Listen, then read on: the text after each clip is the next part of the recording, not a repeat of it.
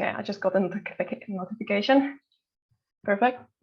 All right. So welcome to the mental training seminar for competition, where we're going to discuss tools and recommendations for you athletes, but also for trainers. Short disclaimer for you: I am not a licensed sports psychologist nor a licensed clinical psychologist. I am a bachelor student in sports science, fairly at the end of my studies. So the only thing that I can do is giving you recommendations, but I can't do any diagnosis or further interventions. This is solely on you. The only thing that I can do is to give you a broad review about tools that are mainly used in sports in regards of mental training, and give you recommendations, but everything else is on you. But yeah, so I think most of you guys know me already. I'm Sofia. As I said, I am an intern of FKA, and I'm currently at the end of my bachelor studies in sports science. I'm studying at the University of Leipzig in Germany. And yeah, let's start with the seminar. If it would react, but it does not react. No, all right. So on the menu for today, first of all, I'd like to give you a short introduction about what stress is, how stress affects your performance, and what in general happens in your body during a stress reaction. Then we will continue with a short introduction about mental training, what mental training is, and what you can use it for, especially in sports. Then we come to the hot stuff, tools for athletes and trainers. So tools for athletes, I would like to give you a briefly collection about tools that are mainly used in sports competition, but also in practice in general, especially tools that are kind of easily implementable for you individually without any intervention of a sport psychologist or trainer in this respect. And tools for trainers, more like a recommendation, what trainers can do in terms of helping the athlete to work on the mental game in this respect. And afterwards, like last but not least, a short summary with a checklist and home for you athletes. All right, let's start with the introduction. And I was kind of thinking about how I could start the seminar. So I thought that it would be nice that we could do something, although I know most of you already, so it's not that fun anymore. But I would like you to introduce yourself and have a brief moment to think about what you know about stress and how stress affects you in, for example, really like stressful situations. So I would give you a few minutes to think about that, and then I would randomly choose somebody, just a few of you, who's going to share their experience with stress and introduce yourself. But just take a moment. I will take a sip.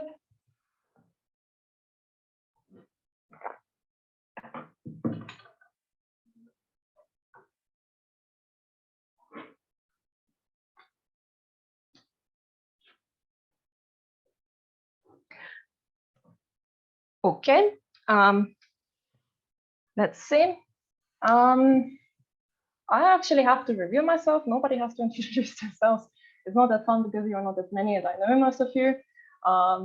This was only a short experiment to see how you're going to react to this task, because I myself know, especially during my studies, how much I hated it during seminars to go through the awkward situation of introducing yourself and then to share some of your experience with you.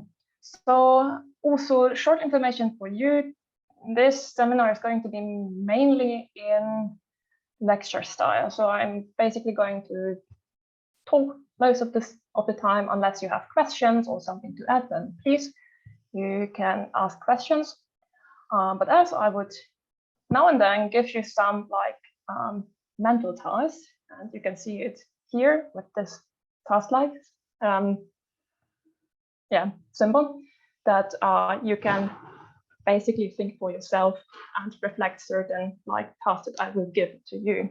So in this respect, having this kind of introduction and me tricking you in this respect, think about it and reflect to yourself, how did you feel during the situation and what happened to you intrinsically and extrinsically, like intrinsically what happened with your body, but also extrinsically like any other symptoms. So with this introduction, as I mentioned, what I wanted to start with is what actually happens to your body during a stress reaction. And most of you already know mostly the symptoms, like for example, physically you start having several symptoms, like for example, you start sweating, you have a fast heartbeat, fast breathing, shaking, cold hands, and many, many more. Also like a weak bladder, for example, is also one of the symptoms. But you also have mental reactions, mental stress reactions. For example, you start to overthink, you have several anxiety, you have sleep issues, nervousness, but also there are also positive effects to it. For example, excitement and many more. The thing is that mind and body build a relation, and one might affect the other and induce a physical or a psychological stress response. So it's more or less connected to each other. So as a brief introduction, what happens in your body when you receive a stress reaction, just really simplified, so you have more or less an idea of what happens in your body. So what actually happens in your body when you receive stress, when you experience stress? So in the beginning, you have a situation that causes you stress or anything like that. Might be outside, might be inside, and this is called the stressor. Basically, the reason behind you kind of experiencing a stress reaction. And as I said, it might be intrinsic, it could be also extrinsic. Extrinsic in this respect, for example, you see a tiger and you want to run away from the tiger, or for example, an approaching car, for example, or anything like that, like really like physical threat. And intrinsic is something that happens in your body, mostly psychologically, for example, specific thoughts, self-consciousness, or any other like emotional like experience in this respect. This is also a stressor. So after receiving a stressor, your brain in this respect receives the information and evaluates it as a threat or not. So, and in this case, it comes to an activation of a specific brain section, the hypothalamus hypophysis axis, just to drop this really fancy word into this presentation, which then induces adrenaline distribution into the system. And this, in this case, then leads to activation of other physiological systems. Sorry. So the adrenaline distribution induces a cascade of activation of other physiological systems. In this case, for example, your heart rate goes up, you start to breathe faster, and also your muscles kind of starts to feel really tense. And I think most of you already experienced that. And in this respect, this is really important for the fight or flight reaction. Somebody has their mic on. Sorry. It's okay. It's okay. So basically, this whole cascade of reactions in your body is really important. So you're actually prepared for the worst case scenario. So you're actually basically ready to react for the threat. Whether it's existing or not, this is something different. The thing is that the reaction chain happens quite fast, and mostly of us are not really aware of it, and it takes some time until we basically go back in our system to its normal state. All right, so after listening to all of this, you might think, okay, stress reaction or stress in general is somehow a really bad thing. But is it really like that? Is stress bad for your performance in general? And in this case, yes and no. So yes, with the right amount of stress, it can actually be a pre-game activation. It can help you with boost excitement and confidence and any other positive effect. So this actually leads to optimal performance. But on the other hand, you have, of course, the negative effects of stress, if you receive too much stress, but also too little stress. You can experience boredom if you have too little stress. You know, for example, most of you guys, I think, are from Jaido Judo. For example, if it's a competition, like a regional competition, and you mostly already like fought and performed against lower graduated like athletes, you don't really feel challenged. For you, it's kind of boring, and that actually does not lead to pre-performance activation. But on the other hand, also too much stress can cause negative effects like freezing, for example, like this kind of overthinking like reaction. This, for example, is when you kind of don't feel confident about your performance, or you face somebody much more stronger than you actually are, in your opinion. And this, in this case, leads to a decline in performance. Yeah, and another task for you that you can basically think about after the seminar or during this seminar, give yourself a minute to think about how does stress affect you during these situations, only positive, only negative, but also positive. Like, did you have had any experience where actually stress helped you to kind of perform well? All right, so with clearing and discussing what stress actually is, let's continue with mental training. What is mental training? So mental training, and there are several definitions about mental training. One of them is mental training is about improving one's attitude and mental skills to help them perform their best by identifying limiting beliefs and embracing a healthier philosophy about their sports. This is not entirely sure. Some parts are missing. Of course, one really important part is that you kind of start work on your awareness and your mindfulness by kind of limiting negative beliefs and self-conscious feelings, but also it helps you, for example, identify stressors, and in this respect also reduce your reaction on these stressors, for example. But how is mental training characterized?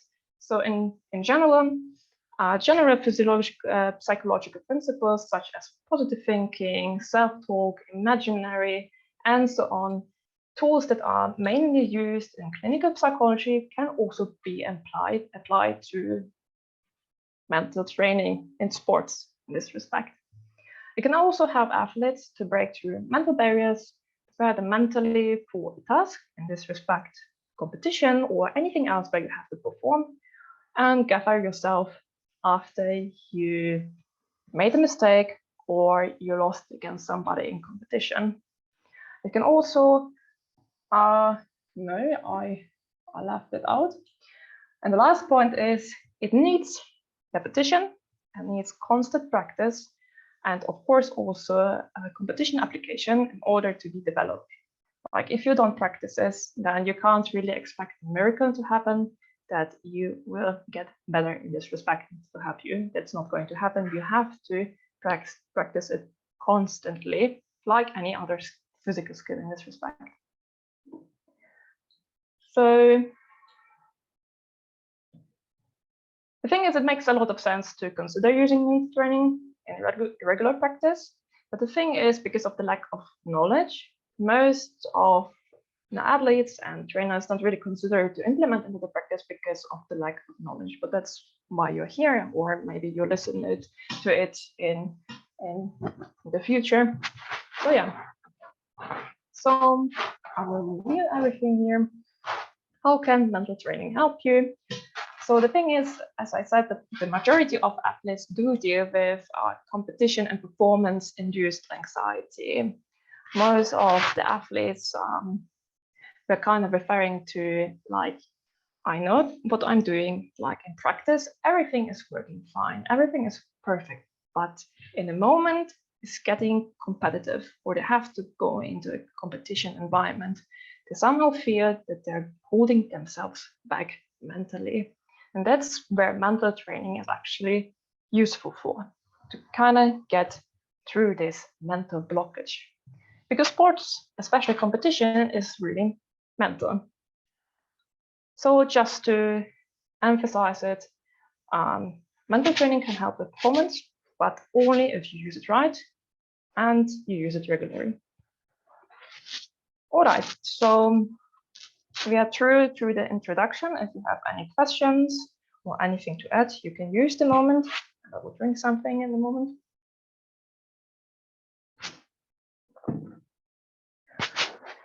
But I think everything is clear. All right, that's perfect. So let's start with tools for athletes.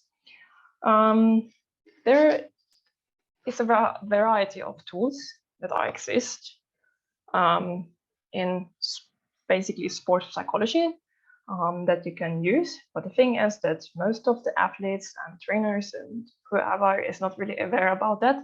And also there are really many tools, and it can be really kind of overpowering a little bit. So many athletes or many people ask, where should you start? And the first thing is that you should make yourself a picture about your current situation. And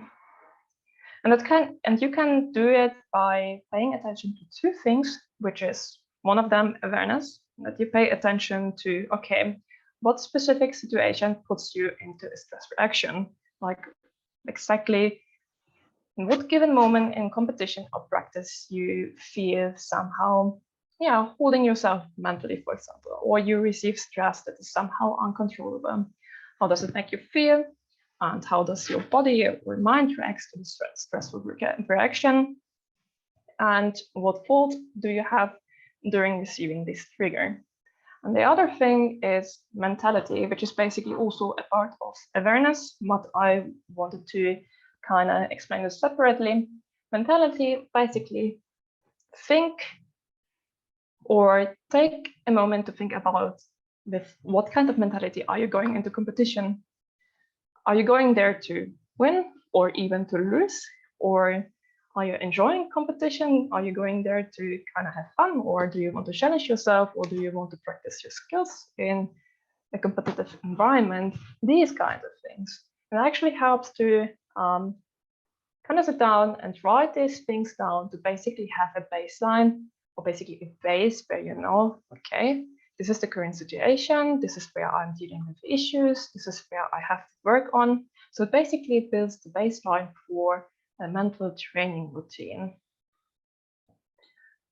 Okay, so after discussing about that, after thinking, okay, what situation might kind of trigger a stress reaction, now let's talk about mental training tools. The second step on working on your mental training routine is to figure out what tools work for you the best in a given situation.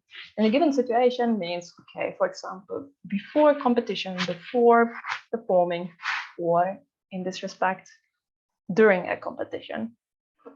And the thing is, as I said, there are many tools that you can use. It could be really overwhelming. And for example, here I only wrote down some of them.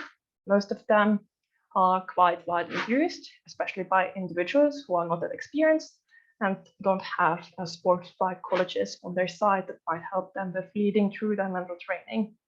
Some of them are, for example, briefing techniques, goal setting, self-talk, mindfulness, meditation. I think most of them are more or less clear. What is it about? So I will only focus on a few in this respect. And these are only a recommendation. What works for you or like for somebody, or referring to it a little bit differently, what works for somebody does not necessarily has to work for you. It's highly individual and needs some time to figure out what works for you. And you also have to practice it in terms of kind of identifying, okay, does it actually work for me or not? So for the tools, I divided them in two sections, the pre-game preparation and mental training tools during the competition. let's start with the pre-game preparations, routine and ritual setting. So we have here some people, and I think most of you do know these people, and all of them have something in common. Not only are they like really, really exceptional good in their sports, but they also, as I might already kind of, took away the surprise, they also have their individual routines that helps them to kind of prepare themselves for competition. For example, with Nadal, tennis legend, he has the habit that he has to place both of his water bottles in a specific way, exactly parallel to the tennis field, and only in a specific order, and they have to stay there like that. But also before the game, before both of the players enter the court, he has the habit to basically kind of pump himself up, kind of, to fidget, to do some athletic stuff in front of his opponent, whether it's just like a habit to prepare himself physically or to intimidate his opponent, nobody actually knows. But also with, for example, Michael Phelps, one of the most successful Olympic athletes ever. He has this really like iconic like arm swing, like arm slap to his back that he uses before a start. And also quite radical with Williams is she has quite a routine of rituals, and if one of them is not working or did not went in order how it actually is, she mainly loses, and then she blames that she did not or hasn't done the routine like in this order, and that's why she lost. So really famous, or like a lot of famous athletes actually have really weird routines. And so why should you also have a routine? Not necessarily a weird one, but a routine. It creates safety, it also can create comfort, and it can help you with shift your mind to pre-game mentality. And how do you do it? It's quite simple. To basically have a routine or being organized, create yourself a list with practicalities before the competition, like what do you have to pack, set your equipment, that everything is in order and you don't have to rush in the morning or during the competition.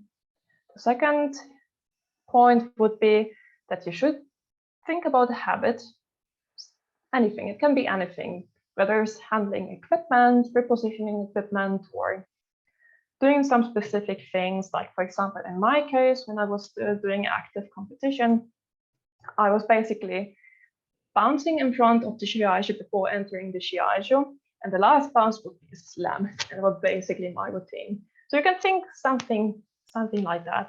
So take on a habit which helps you to shift your mindset in a given moment. And it can be anything that helps you to switch off your mindset. And then the last point would be implement this specific habit each time before a situation and every time before the situation where you would like to have, your mindset switched. Whether it's immediately before your routine, your fight, whatsoever, or for example, before even entering the competition, then you pick yourself the habit and then implement it exactly in the moment where you want to switch your mindset. All right. The next tool would be cookie jar. Sounds a little bit abstract, but let me explain. So imagine you are really sad, you're really down, and you have your favorite snack or beverage whatsoever in front of you. And you grab a cookie, you eat it, or drink your favorite beverage, and you feel immediately better. And basically, what we have here physically, you're trying to implement it mentally in this respect. So every time, if you feel self-conscious or unsure, or kind of start to feel anxious, you can basically grab a cookie to kind of boost your confidence in this respect, or to calm you down. And what could be this kind of cookies? It could be, for example, good performance. It could be a practice where, for example, everything went extraordinary well. You felt really incredibly, you were in the flow and everything seemed to be really perfect. Or it could be like in competition that you are completely dominating your opponent, and there also everything was really good or like going really well, and so on and so on. So basically pick yourself events where something in your sport went really, really, really well, and prepare yourself a portfolio of these events and use the cookie, this one of these, memories that you have of the good performance in the moment where you feel, okay, my confidence is somehow declining and you need a boost in your confidence in this respect. So yeah, preparing a cookie jar, one of pre-game preparation methods. And the last one for pre-game preparation is goal setting. And again, an example, imagine you're trying to climb a mountain, and this mountain is basically your, how to say it, it's basically your route to being best in your sport. And on top of this mountain is basically your goal that you want to reach in your sports. It would be quite, I would say, dumb to kind of try to sculpt immediately on top. You would be really, really fast, disappointed, but also really, really exhausted. And that's why you should also consider to have small checkpoints. And these small checkpoints are small goals in a matter of reaching your actually big goal that you set for yourself. And you can do them, for example, in short-term goals, you can do mid-term goals, but you also can prepare yourself long-term goals or decide for yourself long-term goals. So the long-term goal in this respect is like the top of the mountain, like what you want to reach in your sport for a lifetime. Short-term goals are something that you can scope for during a practice, like you want to practice on a specific movement or specific position of your body part or whatever, like small steps. And mid-term goals is something that can be a little bit in the long term, like, for example, that you want to work on your speed, for example, or strength or whatsoever, like something in between short and long. And a really important note here is the more detailed and realistic you set your goals, the better. So try to sit down, also write down your goals, and the more realistic and detailed it is, the more clear it is for you in the future. All right, so we are through the pre-game preparation tools. If you have any questions, you can ask me, or else we would continue with competition tools.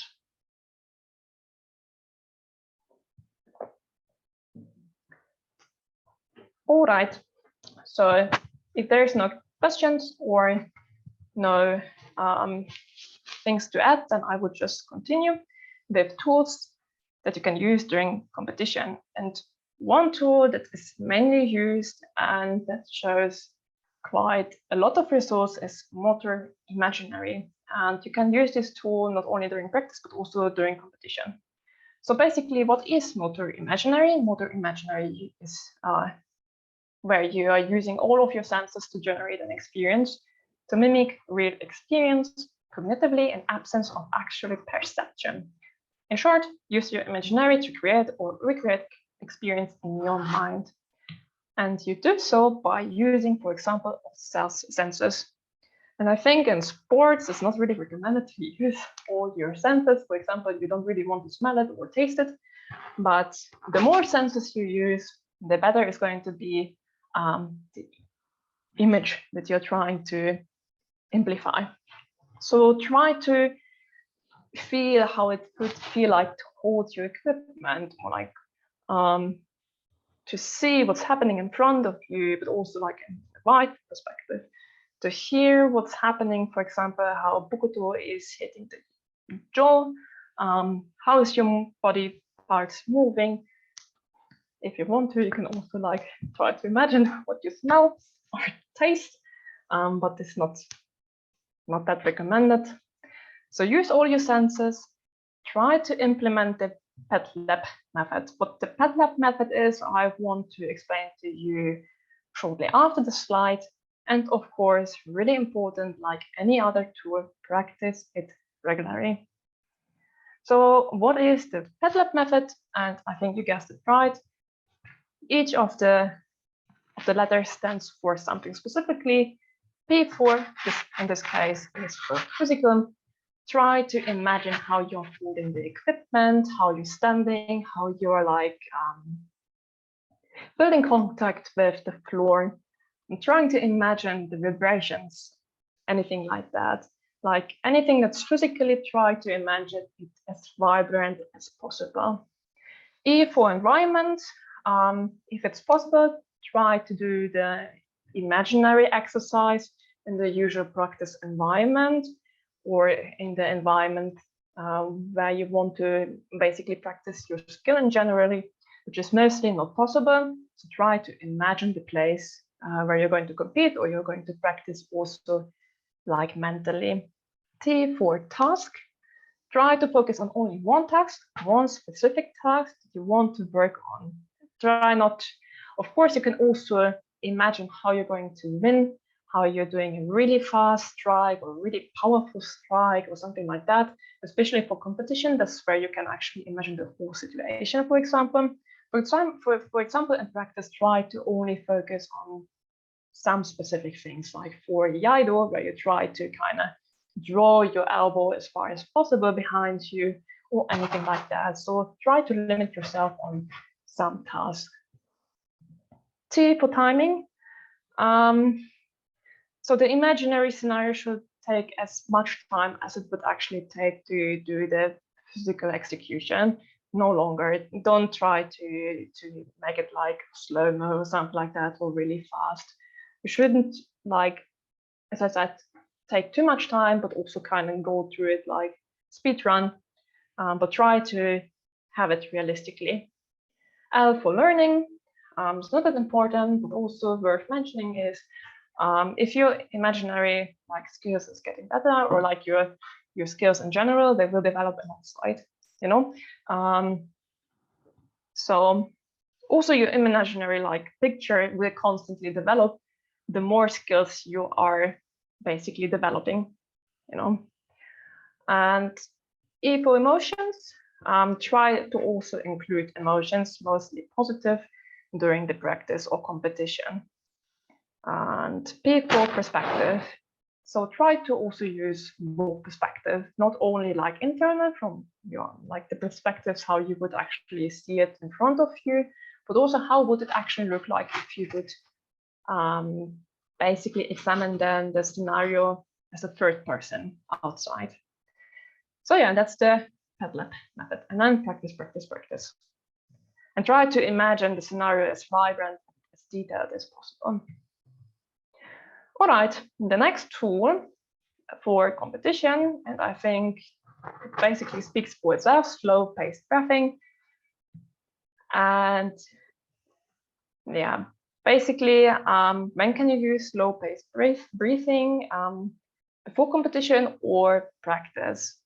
The duration should be at least 5 minutes, not shorter, because then the effects are not going to be any significant.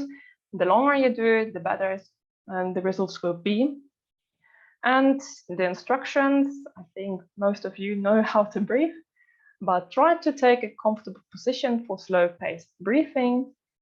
Breathe in for 4 seconds through your nose into your belly, and then exhale it for 6 seconds through your nose or your mouth.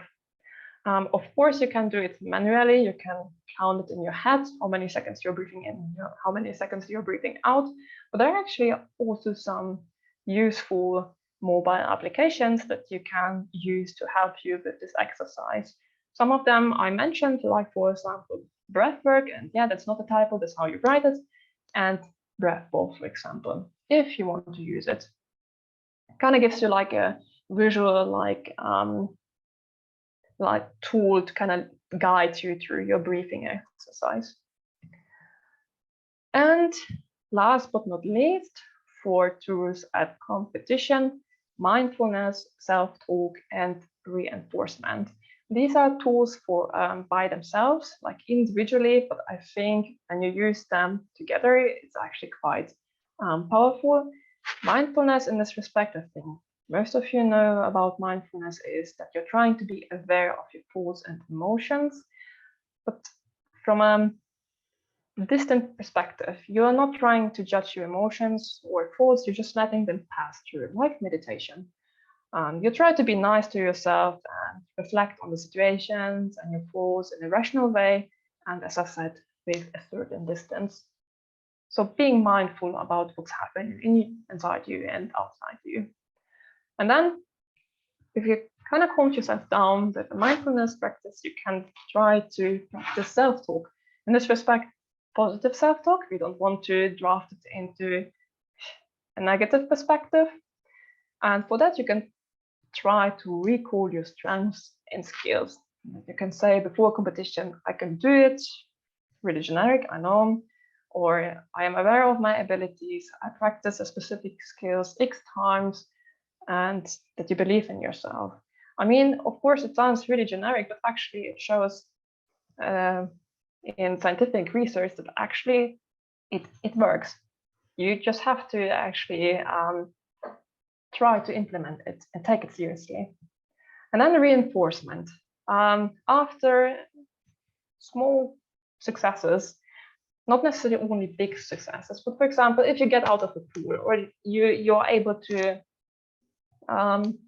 win your current fight, try to also celebrate yourself. Don't talk to yourself negatively that, oh, that was bad, and I had a lucky day or something like that. If you start to think this way, you're going to carry it on throughout the whole day. Try to already induce the positive thinking through reinforcement. So now, after having a brief introduction about the tools and knowing, okay, what tools are actually existing in the sport psychological world, what now? And of course, practice, practice, practice. And it's a really unpopular opinion and truth. No practice, no change. If you're not practicing, like for example, physical skills, as I mentioned, nothing will change. You will not get better and you can't expect wonders from nothing.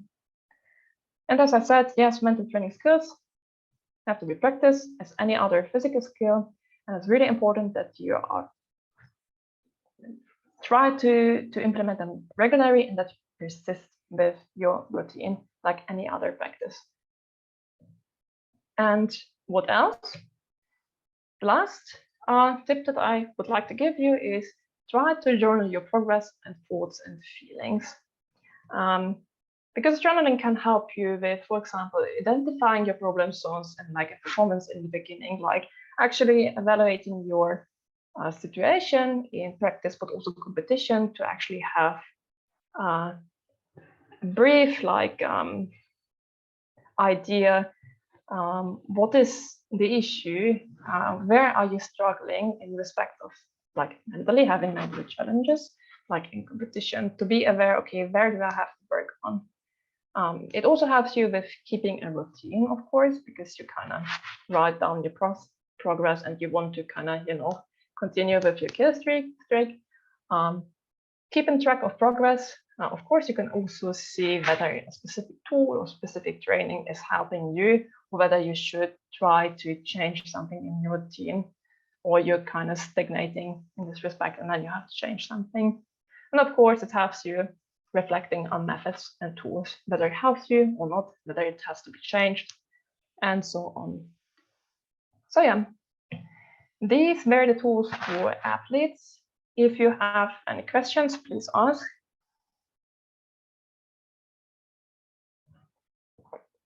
All right, I see you're quite happy with that. But you can also ask me after the seminar, also writing me if you have any questions or need any other guideline in this respect. But as I would continue with tools for trainers, how can coaches actually assist? And the thing is that coaches are not really aware how they can help the athletes, because you can actually do a lot wrong if you don't really know what you're doing. And so most coaches in this respect kind of choose not to say anything in this respect, but it's also quite harming for the athlete if you don't really help them out in this respect. So what can the coach help during the practice? And this is a guideline just as a recommendation that you can follow. First of all, really, really, really important is communication. You have to communicate clearly. It creates a safe environment, a safe space where athletes can freely talk about their emotions and challenges and difficulties that they face during practice and competition. It's really important to set, in this respect, a base and some trust in this respect and the relationship between an athlete and a coach. Second, you can help them with planning, like drafting an intervention together, kind of planning, okay, where do we have to work on, where are specific challenges and issues, and what tools can be helpful, and when to implement them, and so on. Of course, supporting. Try to show interest, try to show interest towards your athlete. Not like, okay, they can do it by themselves and they'll be all right. No, it actually can be quite demotivating if you don't really show interest into your athlete and how they feel and what issues they're dealing with. So show interest and try to intervene if necessary. If you see that your athlete is kind of struggling with something, whether it's like with physical practice or struggling with their anxiety or anything like that, try to intervene if necessary. And surely, when you plan it, you should also re-evaluate it and revise. So try to discuss the progress of your athlete regularly and try to help them with adjusting if something is not really working out for them. And what can the coach do during the competition? And there is many guidelines and recommendations what a trainer can do.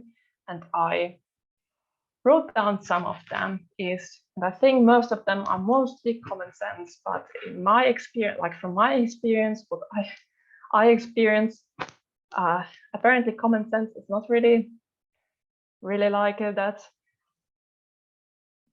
often, I don't know, experienced. But for example, really, I mean, it's common sense.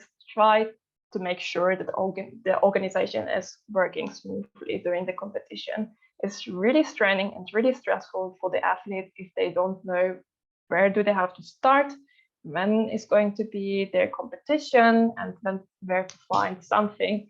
Try to be aware of the organizations and have the information with you if the athlete needs it. Also really important, try to be available for your athlete throughout the whole competition and try to be available for their needs. It's also quite straining for the athlete if they can't really address you with something and you're going to brush it off easily. It's going to kind of put much more stress on them, and they're already in a really stressful situation because of the competition.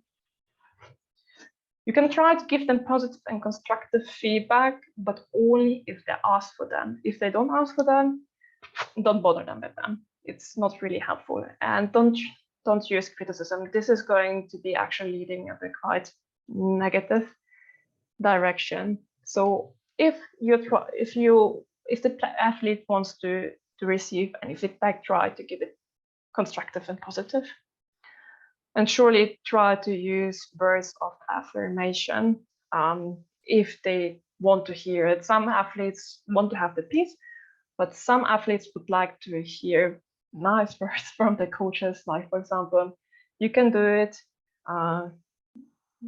your skills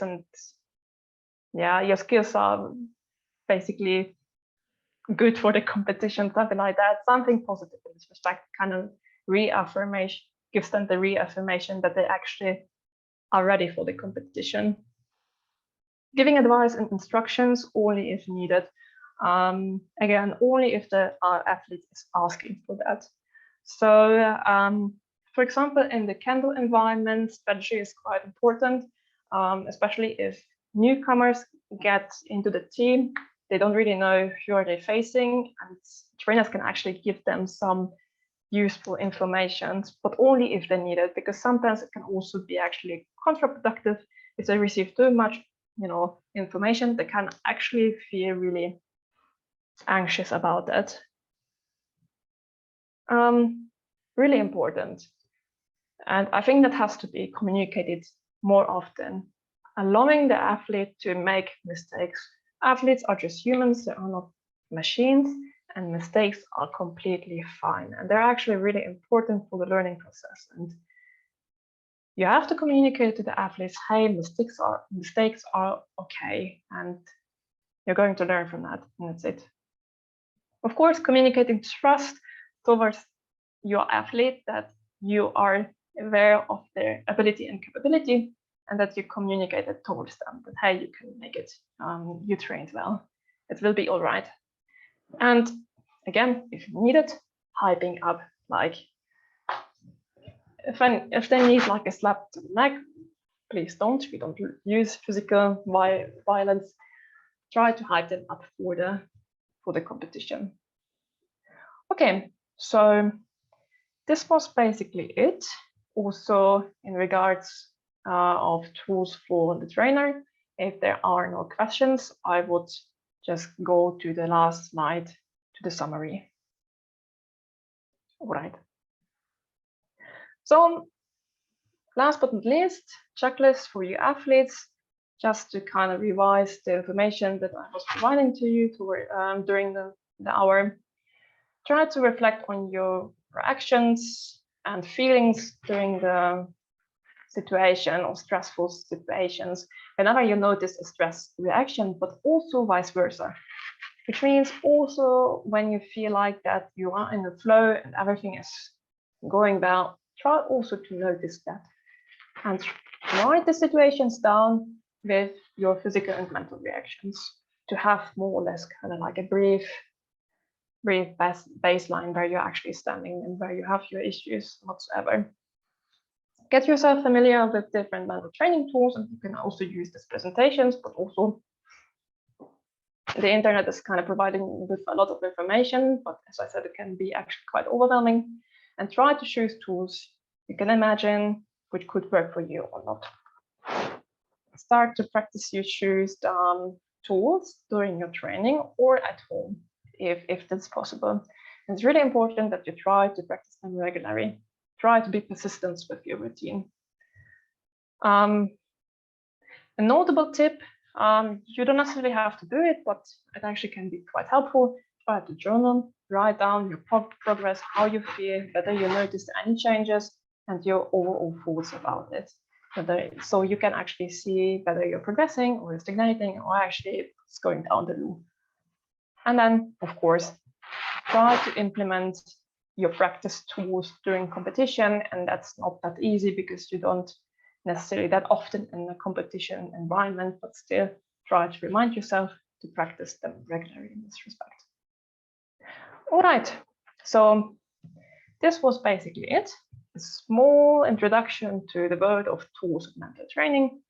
And thank you for your attention. And if you have any questions or anything that you'd like to mention, please do so.